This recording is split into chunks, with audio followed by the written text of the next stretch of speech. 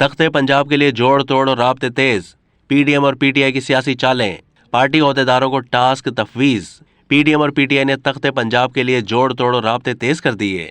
वजीर आजम शहबाज शरीफ की आसिफ अली जरदारी, मौलाना फजलुर रहमान और चौधरी शुजात से मुलाकातों में कायदीन ने वफाकी हुकूमत के इस्तेहकाम और आईनी मुद्दत पूरी करने को सूबाई असम्बलियां बचाने और पंजाब में पीटीआई हुकूमत के खात्मे से मशरूत कर दिया है।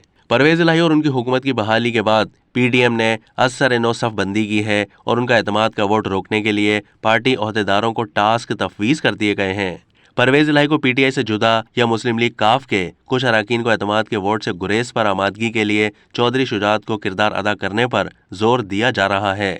तारिक बशीर चीमा भी सरगर्म है। फिलहाल उन्हें नाकामी का सामना है, लेकिन उन्होंने शहबाज शरीफ और आसिफ जरदारी को उम्मीद दिलाई है कि मुस्लिम लीग काफ के कुछ अरकान शुजात से राब्ते में हैं और वो परवेज इलाही को वोट नहीं देंगे।